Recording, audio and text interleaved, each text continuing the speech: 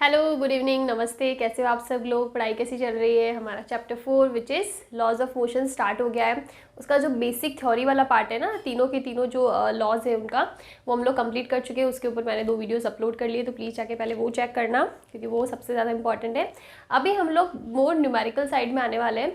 सबसे पहले ये जो चैप्टर है ना, वो काफ़ी लेंथी है, तो थोड़ा सा टाइम लगने वाला है इस चैप्टर में, बिकॉज मैं ये नहीं चाहती कि बहुत जल्दी जल्दी सब कुछ ख़त्म कर दूँ। तो चलिए आज हम लोग स्टार्ट करते हैं कुछ टेंशन के बारे में, पुलिस के बारे में। तो चलिए शुरू करते हैं। तो सबसे पहला जो टॉपिक है वो है हमारा इक्विलिब्रियम ऑफ पार्टिकल्स। पार्टिकल्स बोल दो या फिर बॉडीज़ बोल दो, इक्विलिब्रियम ऑफ बॉडीज़, ऑब्जेक्ट, कुछ भी ले लो। अकॉर्डिंग टू दिस लॉ, इस लॉ के अंदर क्या होता है कि जो नेट फोर्स होता है, net force on a system, अगर एक सिस्टम है, हम लोग किसी सिस्टम की बात करें, सिस्टम में नंबर ऑफ फोर्सेस ज़्यादा हो सकते हैं, तो अगर हम लोग किसी सिस्टम को इक्विलिब्रियम बोल रहे हैं ना, तो इक्विलिब्रियम का मतलब एक बैलेंस सिस्टम, ऐसा सिस्टम जो बैलेंस्ड है। कौन से तरीके से बैलेंस्ड है? तो बैलेंस्ड का मतलब है एफ नेट इक्वल्स टू 0। ऐसा सिस्टम जिसके ऊपर जो नेट फोर्स है ना, मैं एक फोर्स की बात नहीं कर रही हूँ, नेट फोर्स, जितने भी फोर्सेस उसके ऊपर लग रहे हैं, तो उनका सम जो नेट फोर्स होगा ना, विच इज़ 0। तो ऐसा सिस्टम हमारा होगा इक्विलिब्रियम सिस्टम, इक्विलिब्रियम बॉडी, जिसके अंदर नेट फोर्स 0 लगता है। ओके, चलो ये बात तो हो गई। अब हम लोग बात करते हैं कि हम लोग फोर्स को लिखते हैं मास इंटू एक्सीलरेशन। तो हम लोग नेट फोर्स 0 कर रहे हैं, इसका मतलब मास इंटू एक्सीलरेशन इज 0। तो इसका मतलब क्या हो गया कि हमारा जो या तो मास 0 होने वाला है या एक्सीलरेशन 0 होने वाला है, दोनों में से कोई एक चीज़ पॉसिबल हो सकती है। तो यहाँ हमारे पास 2 केस होते हैं। पहला केस है जब हम लोग मैसिव ऑब्जेक्ट्स की बात करें, मैसिव ऑब्जेक्ट्स की बात करें, मैसिव ऑब्जेक्ट्स की बात करें, इसका मतलब हमारा जो सिस्टम है उसके पास मास है, वो मासलेस नहीं है, उसके पास मास है। तो अगर हमारे पास मैसिव ऑब्जेक्ट्स है तो ऑब्वियस सी बात है कि m कैन नॉट बी 0। तो उस केस में क्या 0 होगा? 0 होगा एक्सीलरेशन। तो जब हमारे पास मैसिव ऑब्जेक्ट है और उनका मास 0 नहीं है और हमको बैलेंस्ड सिस्टम लेना है, इक्विलिब्रियम लेना है, तो उस केस में नेट फोर्स को 0 करना पड़ेगा। लेकिन हम लोग मास को 0 नहीं कर सकते बिकॉज हमारे सिस्टम के पास मास है, तो उस केस में एक्सीलरेशन क्या हो जाएगा? 0। दूसरा केस आता है मासलेस ऑब्जेक्ट्स, मासलेस ऑब्जेक्ट्स या मासलेस पार्टिकल्स। तो उस केस में क्या होगा? सेम, एफ नेट तो 0 होने वाला है। अगर हम इक्विलिब्रियम की बात कर रहे हैं तो एफ नेट 0 होने वाला है, लेकिन यहाँ पे हम लोग मास, हमको पता है ऑलरेडी कि मास इज 0, मासलेस बोल रहे हैं ना, तो मासलेस का मतलब ये होता है कि मास नहीं है, तो उसका मतलब ए कैन नॉट बी 0। दोनों ही वैल्यू तो हम 0 नहीं कर सकते, हमें पता है इट मे बी और may not be, but mass हमको पता है कि 0 है। तो बेसिकली हमारे पास 2 केस है। अगर हम लोग मैसिव ऑब्जेक्ट्स की बात करते हैं तो उसके अंदर एक्सीलरेशन 0 होगा for equilibrium of the system, और अगर हम लोग मासलेस की बात करें तो उस केस में ऐसा पॉसिबल है कि मास 0 हो, मास नहीं है सिस्टम के बाद, एफ नेट भी 0 है, लेकिन एक्सीलरेशन हमारी बॉडी के पास, हमारे सिस्टम के पास है। तो ये 2 केस होते हैं। अब इसके अंदर कुछ चीज़ें जो समझने वाली है वो है जो हमारे न्यूमेरिकल में भी बहुत ज़्यादा काम आने वाला है। वो क्या चीज़ है? हमने ले लिया कि हमारे पास कोई एक ऑब्जेक्ट है, ठीक है। इस ऑब्जेक्ट पे यहाँ पे लग रहा है फोर्स, यहाँ पे भी लग रहा है फोर्स, दोनों की डायरेक्शन अलग है। इसको मैं ले लेती हूँ F1, इसको मैं ले लेती हूँ F2। इसके अलावा अगर कोई और फोर्स नहीं है और ये पूरा का पूरा सिस्टम किस पे है? रेस्ट पे, रेस्ट का है, मतलब ये नहीं चल रहा है, इसमें कोई भी मोशन, इसमें कोई भी वेलोसिटी नहीं, ये सिस्टम है। तो इस केस के अंदर क्या होगा? इस केस में होगा F1 equals to F2, because कोई और फोर्स हमको दिख नहीं रहा है। एक्सीलरेशन जो ये हमारा सिस्टम है वो रेस्ट है, इसका मतलब एक्सीलरेशन क्या होगा? 0 होगा। तो एक्सीलरेशन भी है नहीं, तो F1 इक्वल्स टू F2 होगा। एक तो ये केस हो गया। एक केस हम लेते हैं कि हमारा जो सिस्टम है सेम है, नंबर ऑफ फोर्सेस 2 है, लेकिन इसके पास एक एक्सेलरेशन है और एक्सेलरेशन की डायरेक्शन ले ली हमने ये। तो आप देखो इसके अंदर क्या होगा? ये तो हो गया हमारा पहला केस जब क्या था? रेस्ट पे था। अब हम लोग दूसरा लेते हैं जब हमारे पास एक्सेलरेशन है, तो यहाँ पे क्या होगा? आप देखो जो एक्सेलरेशन है ना, उसकी डायरेक्शन किधर है? ये वाली डायरेक्शन है, किसकी डायरेक्शन में, F2 की मतलब। तो इसका मतलब क्या हुआ, जिस डायरेक्शन में एक्सेलरेशन है ना, जिस डायरेक्शन में हमारी जो बॉडी, देखो फोर्स तो दोनों तरफ लग रहा है लेकिन मोशन इस डायरेक्शन में हो रहा है, इसका मतलब इस साइड वाला फोर्स ज़्यादा है, तभी एक्सेलरेशन इस साइड होता है ना। देखो दोनों इक्वल है, दोनों फोर्स की वैल्यू इक्वल है, तब तो एक्सेलरेशन क्या हो जाएगा, जीरो हो जाएगा, कोई एक्सेलरेशन है ही नहीं। लेकिन तभी आया ना हमारा एक्सेलरेशन जीरो है तो F1 इक्वल्स टू F2 आया। लेकिन अगर एक्सेलरेशन है और F2 की डायरेक्शन में, इसका मतलब F2 की वैल्यू कहीं ना कहीं ज़्यादा है, इसकी वजह से इसकी डायरेक्शन में एक्सेलरेशन हो रहा है। तो इस केस में हम क्या लिख सकते हैं, F2 ज़्यादा है तो F2 कम क्या है, F2 minus F1 equals to ma। ये इक्वेशन हमारे पास हो जाएगी। F2 ज़्यादा है, कम वाले को माइनस कर दो, इक्वल्स टू F, बिकॉज हमारा फॉर्मूला भी ये होता है ना, F net equals to ma, यही तो फॉर्मूला होता है हमारे पास। तो नेट का मतलब क्या होता है, total forces with their science, force is a vector quantity, तो हमको साइन लेना पड़ेगा। और आप देखो दोनों की डायरेक्शन अलग अलग है, ज़्यादा कौन सा है F2, तो कम कौन सा है minus F1 equals to ma हो जाएगा। ओके, अगर इसकी जगह ऐसा होता ना कि ये फोर्स है ही नहीं, हमने मान लिया फोर्स है ही नहीं और दोनों फोर्स इधर ही लग रहे, तो इस केस में क्या होता है, F1 equals to F2 equals to ma, sorry F1 plus F2 equals to ma होता, बिकॉज और कोई डायरेक्शन है नहीं, दोनों की डायरेक्शन सेम है, सेम ही डायरेक्शन में दोनों फोर्स लगा रहे हैं, तो टोटल नेट फोर्स कितना हो जाएगा, F1 प्लस F2 और इक्वल्स में क्या आ जाएगा, ma। ये वाला केस हमारा हो जाएगा। थर्ड केस क्या है, अब हम लोग केस लेते हैं, इसको वापस लिख देते हैं। अब तीसरा केस हम लोग लेते हैं, सेम यहीं पे हमारे पास क्या है, F1 है, लेकिन जो एक्सीलरेशन है ना अब इस डायरेक्शन में नहीं होके इस डायरेक्शन में होगा। तो उसमें क्या होगा, अगर एक्सीलरेशन F1 की डायरेक्शन में है तो इसका मतलब हमारा जो फोर्स F1 है ना वो F2 से ज़्यादा है, तभी इस डायरेक्शन में एक्सीलरेशन हो रहा है। तो इस केस के अंदर क्या होगा, F1 माइनस F2, बिकॉज ज़्यादा क्या है F1 माइनस F2, डायरेक्शन अलग अलग है दोनों की, तो आना तो माइनस ही है, माइनस इक्वल्स टू ma। ये वाला केस हमारे पास आ जाएगा। ये बहुत ही बेसिक केसेस है और बहुत ही मैंने धीरे इनको एक्सप्लेन किया, बिकॉज आगे जाके यही चीज़ें कॉम्प्लिकेट होती जाएगी और आपको सॉल्व करना है, इसलिए आपको ये बेसिक रूल समझना बहुत ज़रूरी है। ठीक है, ये चीज़ हो गई। उसके बाद में हम लोग लेते हैं कि हमारे पास एक कोई सिस्टम है, ये हो गया फोर्स F1 ले लिया, F2 ले लिया, और तीसरा फोर्स ऐसे कहीं लग रहा है किसी एंगल पे, इसको ले लिया हमने फोर्स F3। अब आप क्या करोगे, हमारे पास कोई एक्सीलरेशन नहीं है, लेकिन हमको ये पूरा का पूरा जो सिस्टम है ना वो गिवन है कि किसमें, रेस्ट में, पूरा सिस्टम रेस्ट में। तो रेस्ट में है इसका मतलब पूरा सिस्टम इक्विलिब्रियम में, इसका मतलब नेट फोर्स कितना हो जाएगा, जीरो। तो जब ऐसा कोई सिस्टम आए ना तो हम लोग को एक नॉर्मल सा रूल, ऐसा भी नहीं आए ना तो नॉर्मल ये रूल तो होता ही है, left equals to right, up equals to down, ये होता है। ठीक है, तो इसका मतलब क्या है, F1 F2 ये तो हमें पता है, हमको इक्विलिब्रियम में करना है, इसका मतलब इसका मोशन नहीं होना चाहिए, ये सिस्टम रेस्ट पे रहना चाहिए। तो अब हम लोग क्या कर सकते हैं, अब हम लोग कर सकते हैं कि मैं एक और ले लेती हूँ फोर्स, फॉर एग्जांपल ये वाला फोर्स हो गया मेरा F4, मैंने कुछ सिस्टम इस टाइप से लिया है।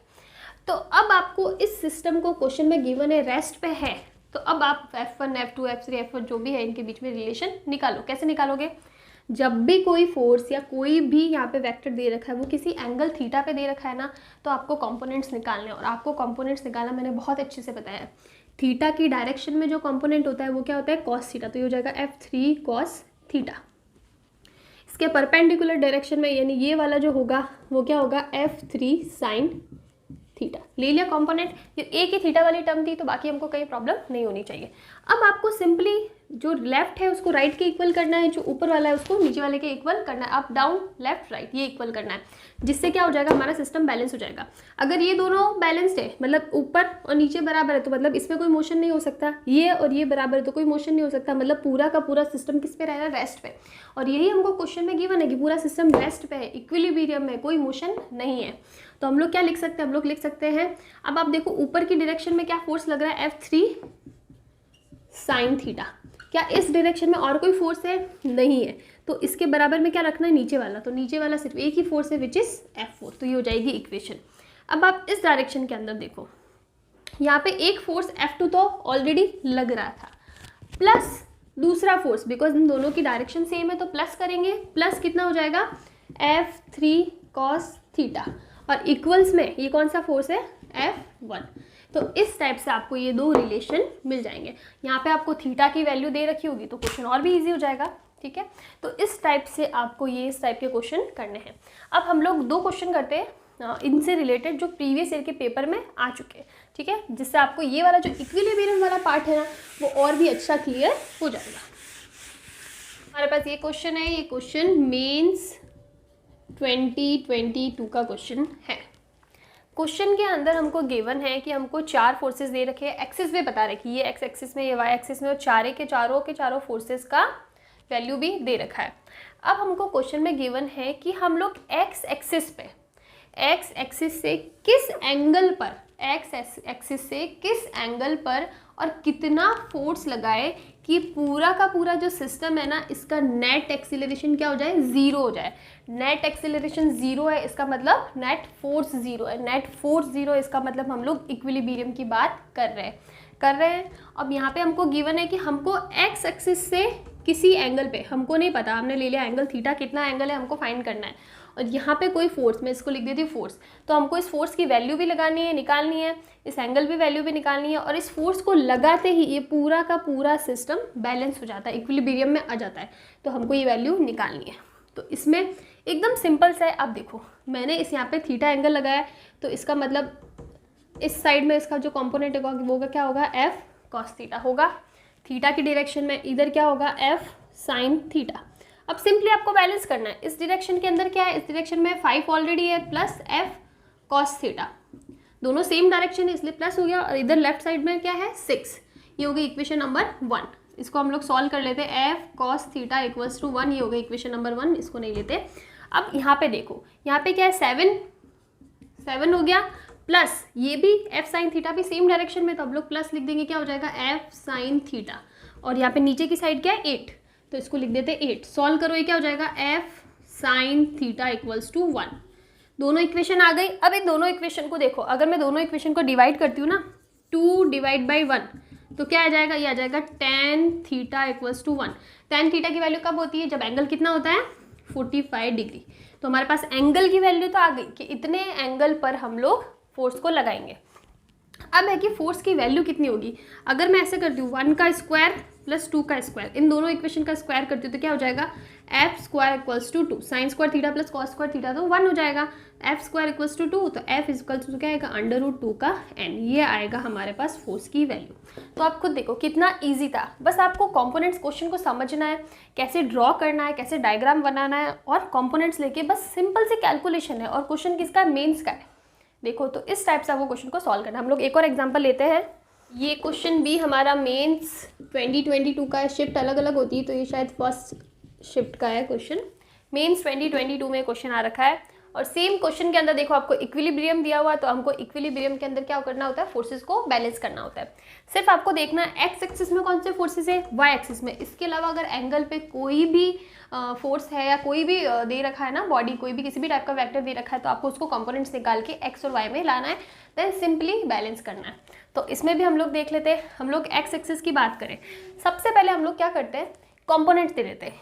ये 2n है 45 डिग्री का, इसका एक कंपोनेंट इधर होगा और एक कंपोनेंट इधर होगा। थीटा की डायरेक्शन ये वाली है, तो ये वाला क्या होगा 2n, n हटा देते हैं, ये हो जाएगा 2 cos 45, और ये क्या हो जाएगा, डायरेक्शन ऐसे है ना, तो ये ऐसे और ये ऐसे, ये हो जाएगा 2n sin 45। निकाल दिया। अब और क्या एंगल पे है हमारे पास, ये वाला एंगल पे है, ये भी एंगल पे 1, तो इसके भी दोनों कंपोनेंट निकालो। एक कंपोनेंट होगा इस डायरेक्शन में, क्या हो जाएगा 1 cos 45, और एक इस डायरेक्शन में 1 sin 45। देखो अगर आपको कंपोनेंट इस डायरेक्शन में लेना है ना, कि यहाँ पे भी एंगल बन रहा है, तो आप ऐसे भी ले सकते हो, बिकॉज थीटा की वैल्यू 45 है, तो cos 45 वो sin 45 तो सेम ही आने वाला है, इसलिए आपको चाहे इस एंगल से लेना तो ऐसे ले लो, और इससे लेना तो ऐसे लेना, बिकॉज दोनों ही एंगल की वैल्यू सेम है, थीटा की वैल्यू सेम है। तो अब हमने सारे के सारे रिजॉल्व कर दी, अब आपको सिर्फ बैलेंस करना है। तो सबसे पहले हम लोग एक्स डायरेक्शन में लेते हैं। एक्स डायरेक्शन में हमारे पास इस साइड क्या है 2 sin 45 इक्वल्स टू, इस डायरेक्शन के अंदर क्या है, एक तो F1 है, F1 प्लस दूसरा क्या है 1 cos 45। इसके अलावा हमारे पास और कोई फोर्स है नहीं, हमारे पास और कोई भी फोर्स नहीं है, तो आप वैल्यू निकाल दो। sin 45 की वैल्यू क्या होती है 2/√2 इक्वल्स टू F1 प्लस 1/√2 ऐसा होगा। और आपको क्वेश्चन में F1 और F2 का रेशियो निकालना है, तो हम लोग यहाँ से F1 की वैल्यू निकाल देंगे। तो F1 इक्वल्स टू आएगा 2/√2 minus 1/√2 which is 1/√2, equation number 1 आ गया। नेक्स्ट आप इसको सॉल्व करो। इसमें क्या गिवन है, ऊपर की डायरेक्शन में हमारे पास है 2 cos 45 plus 1 sin 45 equals to कितना हो जाएगा, इक्वल्स टू आ रहा है F2, ये आ जाएगा F2। ठीक है, अब आप इसको सॉल्व करो। 2/√2 प्लस 1/√2 इक्वल्स टू F2, तो F2 कितना आ जाएगा 3/√2, इक्वेशन नंबर 2। अब आपको F1 अपॉन F2 निकालना है। F1 डिवाइड बाई F2 कितना हो जाएगा, F1 की वैल्यू है 1/√2 डिवाइडेड बाई √2/3, √2 से √2 कैंसिल हो जाएगा 1/3। और क्वेश्चन में पूछा है कि 1 डिवाइड बाई x आएगा, मतलब ये जो वैल्यू है ना वो x की वैल्यू होगी, तो x इक्वल्स टू कितना आया 3। तो इस टाइप से आपको ये क्वेश्चन सॉल्व करना है। काफ़ी इजी है, इसमें इतना ज़्यादा कुछ नहीं होगा, नंबर ऑफ जो कंपोनेंट्स है वो ज़्यादा हो सकते हैं, बाकी डायरेक्शन तो कोई ज़्यादा आने वाली नहीं, या तो x होगा या फिर y होगा। तो इस टाइप से आपको सॉल्व करना है। चलो अभी हम लोग आगे पढ़ते हैं फोर्सेस। कौन कौन से फोर्सेस हम लोगों को, जब हम लोग फ्री बॉडी डायग्राम बनाएंगे ना, तो उसके अंदर कौन कौन से फोर्सेस हो सकते हैं। तो सबसे पहले देखो, मैंने आपको जब ये वाला चैप्टर स्टार्ट किया था ना, तब भी मैंने आपको ये बोली थी कि इस चैप्टर में हम लोग बहुत सारे फोर्सेस के बारे में पढ़ेंगे, contact forces, non contact forces, उसमें ग्रेविटेशनल, इलेक्ट्रोडायनामिक्स, इलेक्ट्रोस्टैटिक्स, ये सारे भी थे। लेकिन ये हम लोग अभी नहीं पढ़ने वाले, इलेक्ट्रोमैग्नेटिक फोर्स या फिर न्यूक्लियर फोर्स, बिकॉज ये आप लोगों की क्लास 12th के अंदर है, तो इसमें इस चैप्टर में या फिर 11th क्लास में आपका इतना रोल नहीं है। आपके सिर्फ टेंशन है, स्प्रिंग फोर्स है एंड फ्रिक्शन फोर्स है, और कुछ पुली के क्वेश्चन है जो टेंशन पे काम करते हैं। तो सबसे पहले हम लोग स्टार्ट करते हैं टेंशन।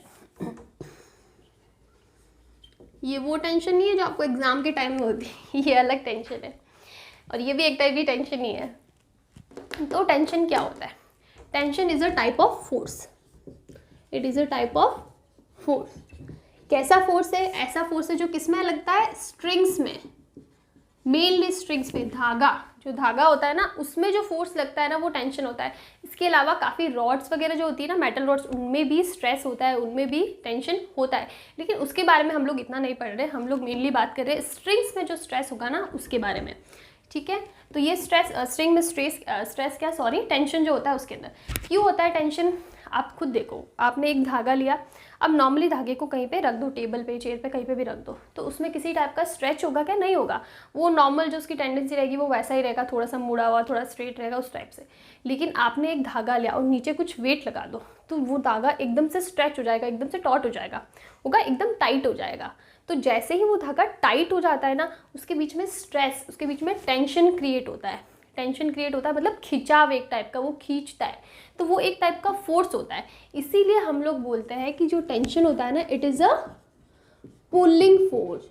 पुलिंग फोर्स का मतलब ये खींचता है। आपने उसके ऊपर वेट लगाया तो उसमें स्ट्रेस ऐसे आ रहा है, क्या वो शामिल हो रहा है, क्या इकट्ठा हो रहा है, नहीं हो रहा है। अगर वो इकट्ठा होता ना फोर्स लगाने के बाद, तो मैं ये बोलती कि एक टाइप का पुशिंग फोर्स है, पुश कर रहा है, लेकिन ये पुश नहीं कर रहा है, पुल कर रहा है, खींच रहा है, इसलिए हम बोलते हैं ये क्या है, पुलिंग फोर्स है।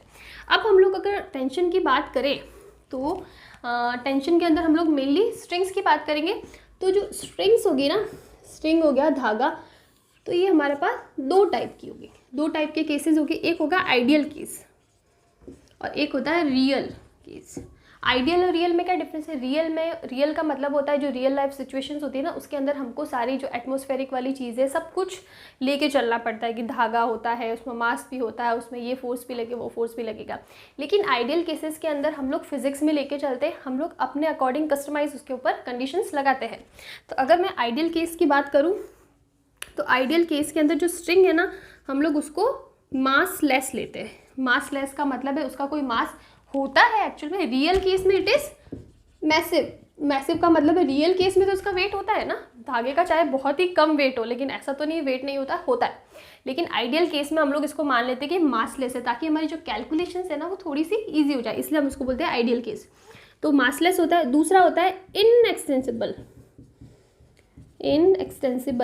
इनएक्सटेंसिबल का मतलब है हम लोग जब धागे को पुल कर रहे हैं, उसके ऊपर वेट लगा रहे हैं, उसमें जो स्ट्रेच आ रहा है ना, उसकी वजह से धागे में कोई भी उसकी जो लेंथ है वो बढ़ नहीं रही है। उसकी जो लेंथ है ना, अगर एल लेंथ का हमने स्ट्रिंग ली है, उस पर वेट लगाने के बाद भी उसकी लेंथ एल ही रहेगी, उसमें किसी भी टाइप का एलोंगेशन नहीं होगा, ठीक है। इसको हम लोग बोलते हैं इनएक्सटेंसिबल। इसमें कोई भी स्ट्रेच की वजह से इसकी लेंथ नहीं बढ़ रही है, इसकी लंबाई में कोई भी चेंज नहीं आएगा। और रियल केसेस में बात करें तो दोनों ही हो सकते हैं, इनएक्सटेंसिबल भी हो सकता है एंड एक्सटेंसिबल भी हो सकता है। इसमें दोनों ही पॉसिबल है। वो जब हम लोग केस लेंगे तो क्वेश्चन में गिवन होगा कि एक इनएक्सटेंसिबल है या फिर एक्सटेंसिबल है। तो इस टाइप से हमको लेना। हम लोग मेनली बात करेंगे आइडियल केसेस की, जहाँ पे हम लोग स्ट्रिंग का मास कंसीडर नहीं करेंगे। हम लोग क्या लेंगे कि मासलेस स्ट्रिंग है और वो इनएक्सटेंसिबल है, इसका मतलब वो एक्सटेंड नहीं हो रही, उसको हम लोग खींच के उसकी लंबाई नहीं बढ़ा सकते, सिर्फ उसमें एक टेंशन क्रिएट होती है। तो ये दो केसेस हमको पढ़ने हैं। तो ये हो गया मेनली स्ट्रिंग्स के बारे में। अब हम लोग बात करते हैं कि ये जो टेंशन फोर्स होता है ना, ये अभी तक हमने जो बात करी वो तो बात करी स्ट्रिंग के क्या केसेस हो सकते हैं। अब जो टेंशन है ना, इसकी कुछ प्रॉपर्टीज होती है।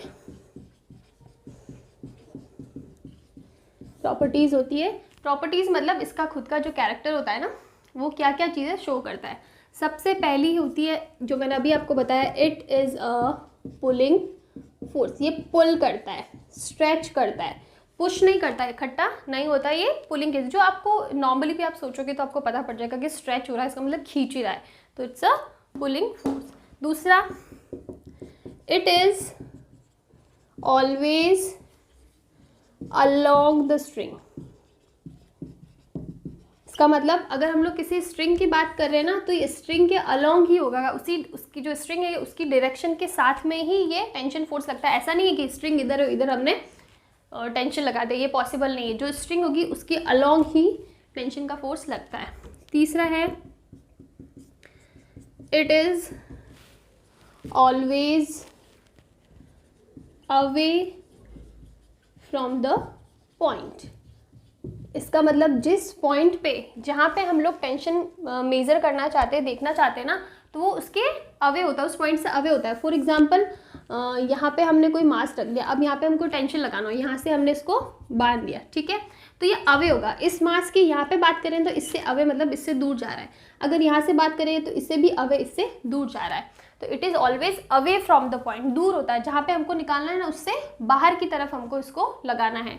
और कहीं पे भी लगाना होगा, अगर आगे और होगा और यहाँ पे हमको पूछा है तो ऐसे होगा, और यहाँ पे हमको पूछा है तो इस साइड में होगा। देखो डायरेक्शन में चेंज देखो, इस साइड देखेंगे हमें तो डायरेक्शन ऐसी होगी, इस साइड देखेंगे तो डायरेक्शन ऐसी होगी, because it is always away from the point. इस पॉइंट पे निकालना है तो अवे ऐसे होगा, इस पॉइंट पे निकालना है तो अवे ऐसे होगा, ठीक है। तो इस टाइप से इसकी डायरेक्शन हमको लेनी है। फोर्थ पॉइंट होता है वन स्ट्रिंग वन टेंशन। इसका मतलब क्या, इसका मतलब है अगर हमने एक स्ट्रिंग की बात करें ना, ये हमने ले लिया, ठीक है, यहाँ पे एक ही टाइप की स्ट्रिंग है, तो यहाँ पे जो टेंशन होगा ना, ये टेंशन T होगा। और अगर मैंने एक और स्ट्रिंग ले ली और दूसरा मास यहाँ पे ले लिया और इसको ऐसे बांध लिया, तो ये वाला जो स्ट्रेस होगा ना, ये दूसरा होगा T2, और ये वाला स्ट्रेस अलग होगा। एक स्ट्रिंग मतलब कोई बीच में रुकावट नहीं है, ठीक है, कोई भी बैरियर नहीं है, और सीधा सीधा एक ही धागा चल रहा है ना, तो उसमें सब पॉइंट पे जो टेंशन होगा वो सेम ही होगा। यहाँ पे भी T होगा, यहाँ पे भी T होगा, यहाँ पे भी T होगा, यहाँ पे भी T होगा। लेकिन जैसे ही कोई बैरियर आ गया, अब इसने बीच में हमने मास कनेक्ट कर दिया, तो इसका मतलब ये जो स्ट्रिंग है ना, इसका बिहेवियर, इसका कैरेक्टर चेंज हो गया। अब यहाँ पे जो टेंशन होगा वो अलग टेंशन होगा। अब यहाँ पे फिर से बैरियर आ गया, तो यहाँ पे जो टेंशन होगा वो टेंशन अलग होगा। अगर बीच में कुछ नहीं आता ना, तो ये सारी की सारी स्ट्रिंग में एक ही टेंशन होता है T। तो वन स्ट्रिंग वन टेंशन। अगर एक ही स्ट्रिंग कंटिन्यू चल रही है बिना किसी बैरियर के, कोई बीच में मास कनेक्ट नहीं है, कोई भी पार्टिकल नहीं है, तो उसमें एक ही टाइप का टेंशन रहेगा, सारे पॉइंट पे इक्वल रहेगा। लेकिन जैसे ही हमने बीच में मास कनेक्ट कर दिए या फिर और किसी टाइप का बैरियर लिया है, तो वो टेंशन भी चेंज हो जाता है, अलग अलग पैटर्न में अलग अलग टेंशन होगा। तो ये 4 बेसिक रूल है, ये आपको पता होना चाहिए, ठीक है।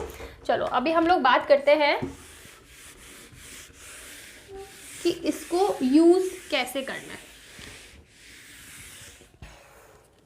तो हम लोग एक क्वेश्चन लेते हैं जिससे जो टेंशन के कॉन्सेप्ट है वो बहुत ही अच्छे से क्लियर हो जाएंगे। सबसे पहले एक सरफेस ले लिया, उसके ऊपर हमने मास ले लिए, let's say this is M1, this is M2 and this is M3। और ये पूरा का पूरा सिस्टम एक स्ट्रिंग से कनेक्टेड है, ये स्ट्रिंग यहाँ तक जाती है, यहाँ पे हम एक फोर्स F लगा रहे हैं। तो अब सबसे पहली बात आती है कि हमको लेनी है, हमने एक स्ट्रिंग से कनेक्ट किया है, लेकिन मैंने बताया था कि अगर स्ट्रिंग नॉर्मली जा रही है, बीच में कोई बैरियर नहीं है, तो उस पूरी स्ट्रिंग में टेंशन सेम होगा, लेकिन जैसे ही बीच में बैरियर आएगा ना, स्ट्रिंग चेंज, तो टेंशन भी अलग। तो इसका मतलब यहाँ पे और यहाँ पे टेंशन सेम नहीं हो सकता, टेंशन क्या होगा, अलग अलग होगा। लेट्स से, और टेंशन की डायरेक्शन क्या होती है, अवे। अगर इस पॉइंट से बात करूँ तो इधर, और इधर से बात करूँ तो इधर, ये टेंशन कितना होगा, T1। इसी टाइप से ये टेंशन हो जाएगा T2, और यहाँ पे भी तो कुछ लंबाई तक टेंशन स्ट्रिंग है ना, तो यहाँ पे भी टेंशन होगा, इधर होगा, और इसकी डायरेक्शन होगी T3।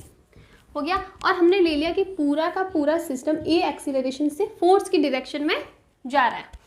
तो अब देखो, अब मुझे यहाँ पे क्वेश्चन में गिवन है m1 equals to 10 kg, m2 equals to 20 kg and m3 equals to 30 kg and force F की value let's say it is 120 newton. अब आपको वैल्यू निकालनी है T1, T2, T3 और एक्सीलरेशन, चारों की वैल्यू निकालनी है। तो आप लोग कैसे निकालोगे? सबसे पहला काम करते हैं हम लोग, एक्सीलरेशन निकाल देते हैं। तो हमको पता है acceleration A equals to F net, total जितना भी फोर्स है अपॉन टोटल मास। ये फॉर्मूला बहुत ही इम्पॉर्टेंट है और कॉम्प्लिकेटेड से कॉम्प्लिकेटेड क्वेश्चन में एप्लीकेबल हो जाएगा, तो इसकी वजह से आपको पता होना चाहिए। अब देखो, यहाँ पे मैंने A की जगह टोटल मास क्यों लिया है, बिकॉज हम लोग इस पूरे को एक सिस्टम ले रहे हैं और पूरा का पूरा सिस्टम ही A एक्सीलरेशन से चल रहा है। तीनों का अलग अलग एक्सीलरेशन मैंने नहीं दिया, वो भी केस आएंगे, लेकिन यहाँ पे हम लोगों ने माना है कि पूरा का पूरा सिस्टम A की एक्सीलरेशन से चल रहा है। अब यहाँ पे आपको क्या करना है, देखो A हो जाएगा। अब F नेट निकालो, आपको सिर्फ वो फोर्स काउंट कर रहा है जो करना है, जो आपको डायग्राम में दिख रहा है कि कौन सा फोर्स आपने लगाया है इधर। तो ये फोर्स हमने लगाया, इसके अलावा क्या यहाँ पे और कोई फोर्स आपको दिख रहा है? आप ऐसे नहीं mg लेने बैठ जाओ, नहीं, आप सिर्फ देखोगे फोर्स कौन सा लग रहा है क्वेश्चन के अंदर, तो सिर्फ और सिर्फ फोर्स लग रहा है F, तो ये होगा F। और टोटल मास कितना हो जाएगा, m1 plus m2 plus m3। Value निकाल दो, F की वैल्यू कितनी है 120 डिवाइडेड बाई 10 प्लस 20 प्लस 30 60, मतलब ये हो जाएगा A इक्वल्स टू 2 मीटर पर second square.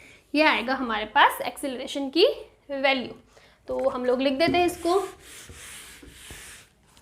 Acceleration A equals to 2 metre पर सेकेंड स्क्वायर। चलो ये तो चीज़ आ गई। अब हमको निकालना है टेंशन। तो सबसे पहले आप इधर देखो, यहाँ पे सिर्फ अब मैंने जब बात करी थी ना फ्री बॉडी डायग्राम, तो फ्री बॉडी डायग्राम के अंदर क्या होता है, आप अलग अलग इनिशियली जब आप ये वाली प्रॉब्लम सॉल्व करने लगो ना, तो आप ऐसे लिख सकते हो अलग अलग बना के, वो समझने के लिए इजी होता है। लेकिन टाइम के साथ जब आपको प्रैक्टिस हो जाएगी ना, तो आप इसी डायग्राम के अंदर सारा कैलकुलेट कर सकते हो। लेकिन अभी मैं आपको इनिशियली समझा रही हूँ, स्टार्टिंग का न्यूमेरिकल है, तो मैं भी ऐसे करती हूँ। देखो ये ले लिया हमने मास m1। अब इस पे ऊपर फ्री बॉडी जो डायग्राम होता है ना, FBD फ्री बॉडी डायग्राम, उसके अंदर हमको क्या करना पता है, एक एक सिस्टम लो, उसके ऊपर जितने भी फोर्सेस लग रहे हैं ना वो ले लो, जितने फोर्सेस उस पर लग रहे हैं वो लेना है, जो वो लगा रहा है ना वो नहीं लेना है। आगे अब केसेस ऐसे भी आएंगे जब लग भी रहे होंगे और लगा भी रहा होगा, यहाँ पे सिर्फ इस पर जितने फोर्स लग रहे हैं ना वो ले लो। तो इस पर क्या फोर्स लग रहा है, एक तो लग रहा है ये टेंशन T1, दूसरा एक्सीलरेशन A है और इस डायरेक्शन में, तो फोर्स क्या लगेगा m1a लगेगा ना, एक्सीलरेशन A और फोर्स लगाना, फोर्स इक्वल्स होता है ma, और हम लोग सिर्फ इस सिस्टम की बात कर रहे हैं। तो यहाँ पे मास कितना होगा, सिर्फ m1a, और टेंशन कितनी है T1। तो इसके अलावा क्या इस पर और कोई फोर्स लग रहा है, नहीं फोर्स लग रहा है, तो यहाँ पे हम लिख सकते हैं ना T1 इक्वल्स टू m1a, यही होगा। ये जो T1 होगा किसके बराबर होगा, m1a के। यहाँ पे कुछ नहीं है, मैंने आपको बताया था, और इसी डायरेक्शन के अंदर ट्रैवल कर रहा है। अगर यहाँ पे कुछ नहीं है तो मैं इसको मान लेती हूँ 0, जो मैंने पहले कॉन्सेप्ट बताया था उससे समझाने की ट्राई करती हूँ। तो इसका मतलब T1 फोर्स ज़्यादा है, तभी ये T1 की डायरेक्शन में जा रहा है। इधर कुछ नहीं है तो हमने लिया -0 इक्वल्स किसके बराबर, m1a, तो ये T1 इक्वल्स टू m1a हो जाएगा। वैल्यू निकाल दो, T1 इक्वल्स टू m1 कितना है 10, a कितना है 2, तो ये हो जाएगा 20 न्यूटन। ठीक है, अब हम लोग लेते हैं दूसरे सिस्टम के लिए। ये हो गया मास m2, यहाँ पे फोर्स लग रहा है क्या, T1, इस पॉइंट पे लगा रहे हैं, तो इससे अवे वाला पॉइंट, इस पॉइंट से ये T1 है और ये कितना है T2 है, और एक इस डायरेक्शन में कितना लगेगा m2a। ये इसका फ्री बॉडी डायग्राम हो गया। सिर्फ M2 वाला सिस्टम ले रहे हैं, इस पर जितने भी फोर्सेस लग रहे हैं, इस डायरेक्शन में T1 लग रहा है, इस डायरेक्शन में T2 लग रहा है और T2 की डायरेक्शन में M2A लग रहा है। अब देखो T2 की डायरेक्शन में A एक्सीलरेशन हो रहा है, इसका मतलब T2 फोर्स ज़्यादा होगा, तो हम लिखेंगे T2 minus T1 equals to M2A। तो T2 की वैल्यू क्या आ जाएगी, M2A plus T1। T2 equals to M2 कितना है 20 इंटू 2 प्लस T1, T1 कितना है 20, तो T2 कितना हो जाएगा 40 प्लस 2 60 न्यूटन हो जाएगा। थर्ड लेते हैं, थर्ड आ गया मास M3। अब आप इस पे देखो कौन कौन से फोर्स लग रहे हैं, तो इसके ऊपर एक तो T3 लग रहा है और इधर क्या लग रहा है T2 लग रहा है और इधर की साइड क्या आ रहा है एक्सीलरेशन A, इसको हम लिख देते हैं M3A। अब आपको ये फोर्स नहीं लगाना, ये फोर्स तो हमने लगाया है, फोर्स क्या है हमने लगाया है, पता है आपको, मैंने ये चीज़ बोली थी फ्री बॉडी डायग्राम के अंदर, उस पर जितने फोर्स लग रहे हैं ना सिर्फ वो लेने, जो हम लोग बाहर से अप्लाई कर रहे हैं ना उस सिस्टम के ऊपर वो हमको नहीं लेना। तो ये तो हमने बाहर से अप्लाई करा है तो इसको हम नहीं लेंगे, हमारे पास यही फोर्स है। तो इसमें भी देखो T3 की डायरेक्शन में है तो T3 minus T2 equals to M3A हो जाएगा और T3 कितना आ जाएगा T2 प्लस M3A। T2 की वैल्यू कितनी है 60, M3 की वैल्यू कितनी है 30 इंटू 2, तो T3 हो जाएगा 60 प्लस 60 120 न्यूटन। तो इस टाइप से आपको ये क्वेश्चन सॉल्व करना है। अभी हमने जो जिस टाइप का न्यूमेरिकल पढ़ा वो एक सरफेस पे था, अब हम लोग हैंगिंग वाले क्वेश्चन लेते हैं। देखो ये हमने ले लिया कोई सरफेस, 3 केसेस में पहले ही बना देती हूँ।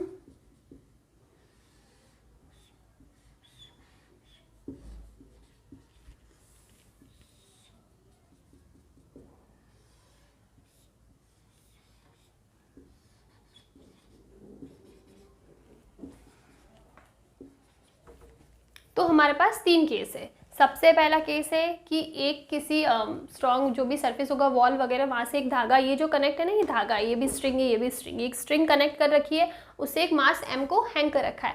पहले वाले सिस्टम में, पहले वाला जो ये इसके अंदर रेस्ट पे, मतलब किसी टाइप का, यहाँ पे ये रेस्ट पे सरफेस है, किसी भी टाइप का एक्सीलरेशन नहीं हो रहा है, तो यहाँ पे एक्सीलरेशन क्या है 0 है। दूसरे केस के अंदर क्या है, हमने धागे को ऐसे लगाया और एक्सीलरेशन कहाँ हो रहा है, ऊपर की डायरेक्शन में एक्सीलरेशन हो रहा है और इसमें एक्सीलरेशन की डायरेक्शन क्या है ये। अब आपको इन केसेस में टेंशन निकालना है, तो कैसे निकालोगे, देखो अब ऐसा ले लिया। अब सबसे पहले आप टेंशन की डायरेक्शन बना दो, away from the point tension T। अब यहाँ पे बीच में कोई बैरियर नहीं है ना, तो सब जगह टेंशन की वैल्यू सेम रहेगी। Away from the point tension T, same यहाँ पे भी बना दो टेंशन T। अब आप यहाँ पे देखो इस पर फोर्स कौन सा लग रहा है, ये M है तो इसमें नीचे की साइड ग्रेविटेशनल फोर्स लगेगा mg, उसी टाइप से यहाँ पे भी लगेगा mg और उसी टाइप से यहाँ पे भी लगेगा mg। तो अब आपको एक्सीलरेशन का मतलब समझ में आया, इसका मतलब है mg नीचे की साइड लग रहा है लेकिन फिर भी एक्सीलरेशन ऊपर की डायरेक्शन में हो रहा है और उसमें नीचे की डायरेक्शन में हो रहा है। तो देखो अब आपको सिर्फ और सिर्फ जो हमने इक्विलिब्रियम में करा था ना, हम लोग फोर्सेस को बैलेंस करना है। यहाँ पे देखो कौन कौन से फोर्स लग रहे हैं, सिर्फ T और mg, इसके अलावा एक्सीलरेशन तो है ही नहीं, तो हम लोग सिंपली लिख देंगे T इक्वल्स टू mg होगा। दूसरा केस लेते हैं। अब यहाँ पे देखो एक्सीलरेशन किस डायरेक्शन में, ऊपर की डायरेक्शन में, तो इसका मतलब टेंशन T ज़्यादा है ना, जिस डायरेक्शन में एक्सीलरेशन लग रहा है ना वो वाला फोर्स ज़्यादा होगा। तो यहाँ पे T ज़्यादा है तो हम लोग लिखेंगे T minus mg, same direction में पर ऑपोजिट है, T minus mg equals to ma होगा। अब यहाँ पे देखो नीचे के डायरेक्शन में एक्सीलरेशन, इसका मतलब mg फोर्स ज़्यादा है तो हम लोग mg में से T माइनस करके लिखेंगे ma, ये हो जाएगा हमारा थर्ड इक्वेशन। तो इस टाइप से आपको ये वाले क्वेश्चन सॉल्व करने, ये बहुत ही बेसिक इनको समझने का तरीका, इसके आगे जब हम इस पर न्यूमेरिकल करेंगे तब और भी क्लियर हो जाएगा। अभी हम लोग नेक्स्ट पॉइंट पे चलते हैं, ठीक है।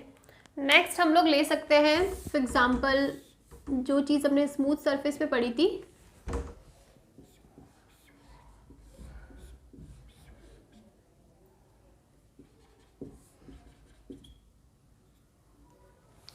तो एक क्वेश्चन हो गया इस टाइप का। तो अब यहाँ पे देखो स्ट्रिंग अलग, तो इसका मतलब दोनों ही स्ट्रिंग में टेंशन क्या होगी, अलग अलग होगी। तो अब हमको ये इसके आगे मूव नहीं करना, यहाँ पे आके ये रेस्ट पे हो जाता है, सरफेस पे आ जाता है। अब हम लोग ले लेते हैं कि इसका एक्सीलरेशन है ऊपर की डायरेक्शन में, या सबसे पहले हम लोग ले लेते हैं, हाँ चलो ले लेते हैं, ये हो गया ऊपर की डायरेक्शन में एक्सीलरेशन। अब आप निकालो यहाँ पे ये ले लो m1 और ये ले लो m2। अब आपको टेंशन शो करना है, ये यहाँ से अवे, यहाँ से अवे, ये टेंशन हमने ले लिया T1, इससे अवे, इससे अवे, ये टेंशन ले लिया T2। अब T1 और T2 की वैल्यू निकालनी है और पूरा का पूरा सिस्टम एक ही एक्सीलरेशन से क्या जा रहा है, ऊपर की डायरेक्शन में जा रहा है। तो देखो सबसे पहले आप फ्री बॉडी ले लो नीचे वाले का m1, ऊपर की डायरेक्शन में क्या लग रहा है T1 और नीचे की डायरेक्शन में क्या लगेगा m1g होगा, और इस डायरेक्शन में क्या होगा m1a। हो गया फ्री बॉडी डायग्राम। अब आपको कैलकुलेट करना, ऊपर की साइड जा रहा है तो इसका मतलब T1 ज़्यादा होगा, T1 minus m1g equals to क्या हो जाएगा m1a होगा। दूसरा वाला ले लो m2, m2 ले लिया, ऊपर की डायरेक्शन में क्या है T2 है, नीचे की डायरेक्शन में क्या है T1 है, और ऊपर की डायरेक्शन में यहाँ पे क्या हो जाएगा m2a हो जाएगा। यहाँ पे कैसे कैलकुलेट करोगे, अब देखो यहाँ पे इसके अलावा एक और फोर्स होगा, वो कौन सा होगा, इधर की डायरेक्शन में m2g होगा ना। वहाँ पे तो हम लोग क्या कर रहे थे, ऐसे रखा होता सरफेस पे और हम लोग फोर्स इस डायरेक्शन में ले रहे थे, तो इस डायरेक्शन में अगर मैं ले भी लेती ना m1g, मान लो मैंने ले भी लिया, तो ऊपर बैलेंस करने के लिए इसके ऊपर कुछ होना चाहिए, तो इसके ऊपर कुछ भी नहीं था, जीरो, तो इसका मतलब क्या हो गया था m1g इक्वल्स टू 0, इसलिए हम लोग इसको काउंट ही नहीं कर रहे थे। लेकिन यहाँ पे इसकी डायरेक्शन ही किसी ग्रेविटी की डायरेक्शन में, तो इसके लिए यहाँ पे ये फोर्स काउंट होगा। तो देखो अगर ऐसा होता ना कि यहाँ पे ये ऐसे सिस्टम का एक्सीलरेशन इधर हो रहा, तो हम लोग ये एक्सीलरेशन भी काउंट नहीं करते, बिकॉज इस डायरेक्शन में हमारे पास एक्सीलरेशन के अलावा और कोई फोर्स नहीं होता। तो डायरेक्शन मैटर करती है, अप एंड डाउन, तो अप एंड डाउन, लेफ्ट को आप हमें लेफ्ट वाली डायरेक्शन को आप अप वाली डायरेक्शन से बैलेंस नहीं कर सकते, उसी टाइप से राइट वाली को डाउन से नहीं कर सकते, या फिर राइट वाली को अप से नहीं कर, अप है तो डाउन होगा, लेफ्ट है तो राइट होगा, ऐसे ही बैलेंस होंगे फोर्सेस। ठीक है, अब इस पे क्या फोर्स होगी, ऊपर की डायरेक्शन में T2, नीचे की डायरेक्शन में T1, एक फोर्स m2g और m2 है। अब कैसे कैलकुलेट होगा, सब ऊपर की डायरेक्शन में जा रहा है तो T2 सबसे बड़ा होगा, T2 माइनस, ये दोनों ऑपोजिट डायरेक्शन में तो माइनस, लेके माइनस का क्या होगा T1, माइनस का क्या होगा m2g, और इक्वल्स में क्या आएगा m2a। तो ये क्या हो जाएगा T2 equals to m2a plus m2g plus T1। इस टाइप से आपको ये सॉल्व करना है। हम लोग एक एग्जाम्पल ले लेते हैं, हमारा एक और क्वेश्चन है। देखो हमने एक नॉट ले लिया, यहाँ पे जैसे ही नॉट लग दिया ना स्ट्रिंग के बीच में, तीनों की तीनों स्ट्रिंग्स हो गई अलग। वन स्ट्रिंग वन टेंशन वाला हमारा रूल है, स्ट्रिंग्स अलग है तो तीनों ही स्ट्रिंग्स में टेंशन अलग अलग होगा। अब यहाँ पे आपको देखना है, देखो सबसे ट्रिकी जो चीज़ है ना, अगर मैं बात करूँ इस सिस्टम की, तो आप यहाँ पे दो फोर्स नहीं ले सकते, एक तो T1 है और एक T3, ये नहीं ले सकते। क्यों नहीं ले सकते, बिकॉज ये जो T3 sin 37 है ना, वो यहाँ पे इस नॉड के अप्रॉक्स लग रहा है। हम लोग ले लेते, एक बार फ्री बॉडी लेते, तो सबसे पहले हम लोग m1 का फ्री बॉडी बनाते। m1 पे कौन सा फोर्स लग रहा है, ये लग रहा है T।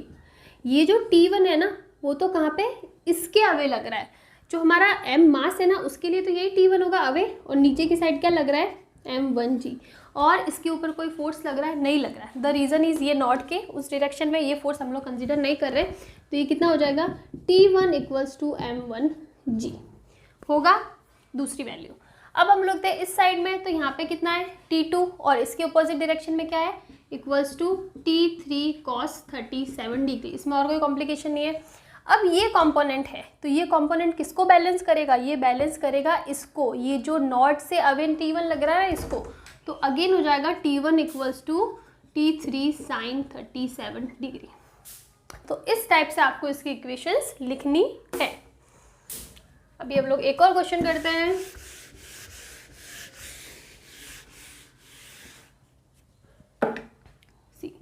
हमारे पास है एक मास, दो मास, दोनों मास को हमने स्ट्रिंग से कनेक्ट कर दिया, और यहाँ हम लोग दोनों डायरेक्शन में फोर्स लगा रहे हैं। Let's say this is force 20 Newton, और ये ले लेते हैं 5 न्यूटन, ये ले लेते हैं 3, ये 5, 3 का मतलब है 3 kg, और ये 5 kg, और यहाँ पे टेंशन T, एक ही स्ट्रिंग है तो टेंशन की वैल्यू सेम होगी। अब ये पूरा का पूरा सिस्टम एक्सीलरेशन निकालना है सिस्टम का, और दूसरा टेंशन T निकालना है। तो आप देखो एक्सीलरेशन कौन सी डायरेक्शन में होगा। इस डायरेक्शन में फोर्स ज़्यादा है, 20 ज़्यादा है 5 ज़्यादा, आप खुद देखो 20 ज़्यादा है तो इसका मतलब एक्सीलरेशन की डायरेक्शन क्या होगी, ये होगी। अब एक्सीलरेशन निकालना है तो क्या निकालना है, अब देखो यहाँ पे ये मेन फॉर्मूला काम आएगा टोटल फोर्स का। टोटल फोर्स कितना है, यहाँ पे 2 फोर्सेस लग रहे हैं, 20 भी लग रहा है और 5 भी। इसमें जो टोटल फोर्स होता है ना वो नेट फोर्स कौन सा था, जो हम लोग बाहर से अप्लाई करते हैं। ये तो टी तो अंदर क्रिएट होता है ना, हमने अप्लाई थोड़ी किया, टेंशन अंदर लगाई थोड़ी है, लेकिन हमने ये दोनों फोर्स लगाए हैं। तो क्या हो जाएगा 20 इस डायरेक्शन में है तो ये ज़्यादा 20 माइनस का 5 होगा टोटल फोर्स, बिकॉज इसकी डायरेक्शन ऑपोजिट है दोनों की, तो माइनस साइन आएगा, डिवाइडेड बाय टोटल मास 3 + 5 यानी 8। तो ये कितना हो जाएगा, 3 + 5 8 ही है ना, हाँ 3 + 5 8। तो ये हो जाएगा 15 डिवाइडेड बाय 8 मीटर/सेकंड²। ये हो जाएगा एक्सीलरेशन। हम लोग ऐसा करते हैं, कैलकुलेशन इजी करने के लिए हम लोग इसको ले लेते हैं 2 kg। अगर हम लोग 2 kg ले लेंगे तो ये हो जाएगा नीचे 5, तो ये हमारी कैलकुलेशन थोड़ी सी इजी हो जाएगी, हो जाएगा 3 मीटर/सेकंड²। देखो कुछ भी हो सकता है, लेकिन मैंने कैलकुलेशन इजी करने के लिए वैल्यू चेंज करी।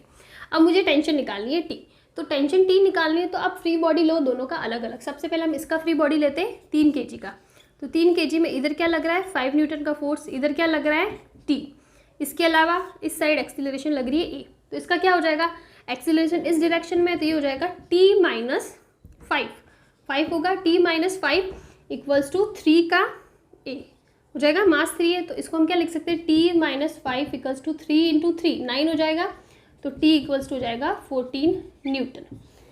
ये आ गया। अब इधर भी टेंशन सेम ही है तो टेंशन ये भी सेम होगा, लेकिन फिर भी हम लोग कैलकुलेट कर लेते हैं। तो क्या हो जाएगा इसके लिए हो जाएगा 20 - t = 2 × a कितना है 3, तो 20 - t = 6, तो t = क्या हो जाएगा 20 - 6 विच इज़ ऑल्सो 14 न्यूटन। तो इस टाइप से आपको टेंशन भी निकल जाएगी। तो बहुत ही ईजी सा एग्जाम्पल था कि आपको कैसे करना है। अब एक टॉपिक आपके बनता है लिफ्ट से रिलेटेड, एलिवेटर या लिफ्ट से रिलेटेड। उसके अंदर क्या होता है कि फॉर एग्जाम्पल ये लिफ्ट है, लिफ्ट के अंदर कोई भी एक ऑब्जेक्ट खड़ा है और लिफ्ट हैंग करी होती है कहीं ना कहीं से। ये तो आपको पता है कि लिफ्ट हैंग होती है, यहाँ पे पूरा का पूरा सिस्टम होता है। अब हम लोग पहला केस है कि लिफ्ट क्या है रेस्ट पे। दूसरा केस हमने लिया है कि ये जो लिफ्ट है ना वो एक्सीलरेशन ए से ऊपर जा रही हो, यहाँ पे हमारा मास m है, इसको मास m ले लेते हैं। और एक केस क्या होगा कि ये जो लिफ्ट है ना वो एक्सीलरेशन ए से नीचे जा रही हो, ये हमारा मास m है। तीनों ही केस में आपको कैलकुलेट करना है। तो ये जो वेट होगा ना हमारा लिफ्ट के अंदर mg, ये हमारा रियल वेट होता है कि हमारा एक्चुअल में वेट इतना ही है। लेकिन जब हम लोग लिफ्ट के केसेस की बात करेंगे, हम किसी एलिवेटर के अंदर है और वो एलिवेटर या किसी बॉक्स के अंदर है, वो बॉक्स इटसेल्फ अपनी एक एक्सीलरेशन लेके चल रहा है, तो उस केस के अंदर क्या होगा, ये जो रियल वेट जो एक यहाँ पे हमको वेट फील होगा ना, जो लिफ्ट को हमारा वेट फील होगा वो क्या होगा वर्चुअल वेट, जो हमारा रियल वेट नहीं है, लेकिन लिफ्ट की एक्सीलरेशन की वजह से हमारा वेट अलग फील होता है। ठीक है, हमें खुद को भी वो चीज़ फील होगी, इसलिए हम उसको बोलते हैं वर्चुअल वेट। वर्चुअल का मतलब है जो रियल नहीं है, सिर्फ फील होता है। कैसे, लिफ्ट रेस्ट पे कोई एक्सीलरेशन नहीं है, तब उस केस में तो हमारा वेट जो एक्चुअल में वही वेट क्या होगा वर्चुअल वेट में। तो इसमें क्या हो जाएगा, हमने ले लिया इसको W, ठीक है, कि ये हमारा वर्चुअल वेट, तो W = कितना हो जाएगा mg। इसमें कोई भी प्रॉब्लम नहीं होगी। अब हम लोग बोल रहे हैं कि लिफ्ट ऊपर की साइड जा रही है, तो आपने फील करा होगा कि जब भी आप लिफ्ट में होते हो, लिफ्ट ऊपर की डायरेक्शन में जा रही हो, ऊपर वाले फ्लोर पे जा रही होती, तो आपको हल्का सा हैवी फील होता है। और इसके ऑपोजिट केस में अगर हम लोग लिफ्ट से नीचे वाले फ्लोर में जाते हैं तो हमको एकदम से लाइट फील होता है, जिस आपने खुद ने फील करी होगी। ठीक है, तो अभी उसी फील को हम लोग यहाँ पे प्रूव करने वाले हैं। कैसे, अब हमने मान लिया कि लिफ्ट ऊपर की डायरेक्शन में जा रही है, तो आप नॉर्मल इमेजिन करो कि जब लिफ्ट ऊपर जाती है ना तो हमको थोड़ा हैवी फील होता है। तो इसका मतलब हमारा जो ये वेट होगा ना, ये वाला वेट वर्चुअल वेट, वो ज़्यादा आना चाहिए।